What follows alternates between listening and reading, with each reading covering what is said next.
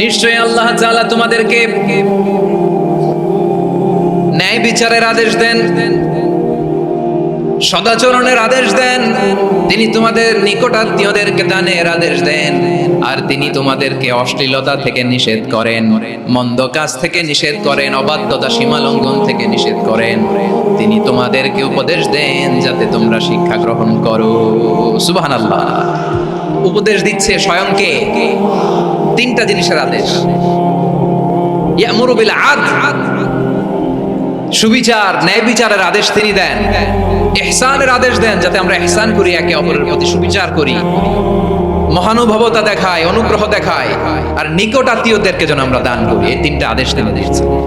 আর কোন তিনটা জিনিস থেকে তিনি বারণ করেছেন?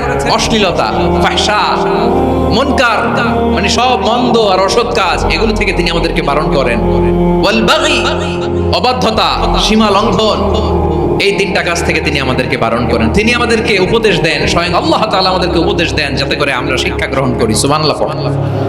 আল্লাহ তাআলা প্রথমে আমাদেরকে আদেশ দিয়েছেন আদালের। ইন্নাল্লাহা ইয়া'মুরু বিল আদল। আওয়াজ করে বলুন আল আদাল। আমরা উর্দু জানি, হিন্দি জানি, অনেকে ইংরেজিও জানি, কিন্তু আরবি শব্দগুলো আমাদের মুখ দিয়ে বেরোতে চায় না। আওয়াজ করে বলুন আল আদাল। মাশাআল্লাহ। ইন্নাল্লাহা ইয়া'মুরু বিল আদল। আল্লাহ তাআলা আমাদেরকে আদলের আদেশ দেন। আদল অনেকে না বুঝলেও আদালত শব্দটা বুঝবেন। আদালত, আদালত, আদালত বুঝেন না? যেখানে বিচার কার্যের ফয়সালা করা হয়, কোর্ট কাচারি, আদালত, এটা তো ভেরি কমন। এটা শুনছেন না সবাই? আদালত, যেখানে ন্যায় বিচার হবে, সুশাসন হবে।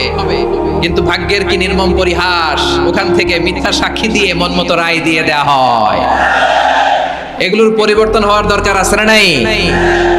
প্রিয় ভাইয়েরা, আদালত, আল আদল, ইংরেজিতে বলে জাস্টিস, ন্যায় বিচার, সুবিচার, সুশাসন, জাস্টিস, আল আদল। সব জায়গায় এই জাস্টিস থাকা দরকার। Justice should be prevail in the society. The mission of all prophet was to uphold the justice. সব নবীর মিশন ছিল এই জাস্টিসকে, আদালকে, সুশাসন আর সুবিচারকে নিশ্চিত করা। পড়েন সুবহানাল্লাহ। And the core message of every divine scripture was to uphold justice. পৃথিবীর সব আসমানি কিতাবের মূল শিক্ষা ছিল এই জাস্টিসকে সমাজে এনশিওর করা, সুবিচার, সুশাসনকে এনশিওর করা। তাহলে প্রিয় ভাইরা, আমরা বুঝতে পারলাম আল আদল শব্দের মানে হচ্ছে ইনসাফ বা সুবিচার বা ন্যায় বিচার। এটা হচ্ছে একটা general meaning, very general meaning. আপনি যদি ইন ডেপথ বুঝতে চান, আরো ভেতরে যান, তাহলে আদল মানে হচ্ছে সমন্বয়, আদল মানে হচ্ছে ভারসাম্য, ব্যালেন্স, আদল মানে হচ্ছে মধ্যম পন্থা। সুবহানাল্লাহ পড়ে।